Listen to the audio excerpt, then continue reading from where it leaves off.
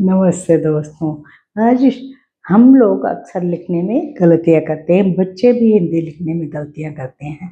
कभी हमारी लिंग की गलतियाँ होती हैं, कभी वचन की गलतियाँ होती हैं और वाक्य गलत हो जाते हैं। जैसे मैंने कहा, मेरा नौकर पानी पी रही है, तो वो गलत हो जाएगा। बहुत से लोग आपने देखा होगा इसी तरह बोलते हैं, तो वो उसी तरह लिख देते हैं।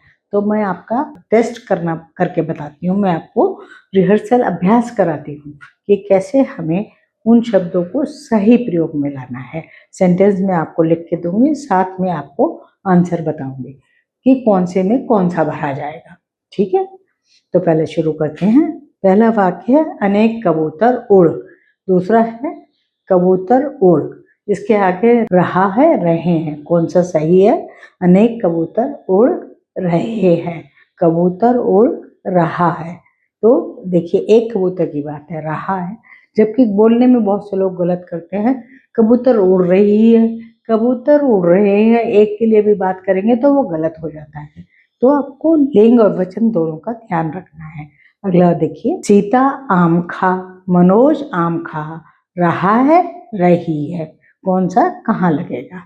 तो सीता आम खा रही है, मनोज आम खा रहा है, तो वो सही हो जाएगा। बच्चे क्यों रो रहे हैं रहा है, तो कौन सा सही होगा? बच्चा क्यों रो रहा है, बच्चे क्यों रो रहे हैं।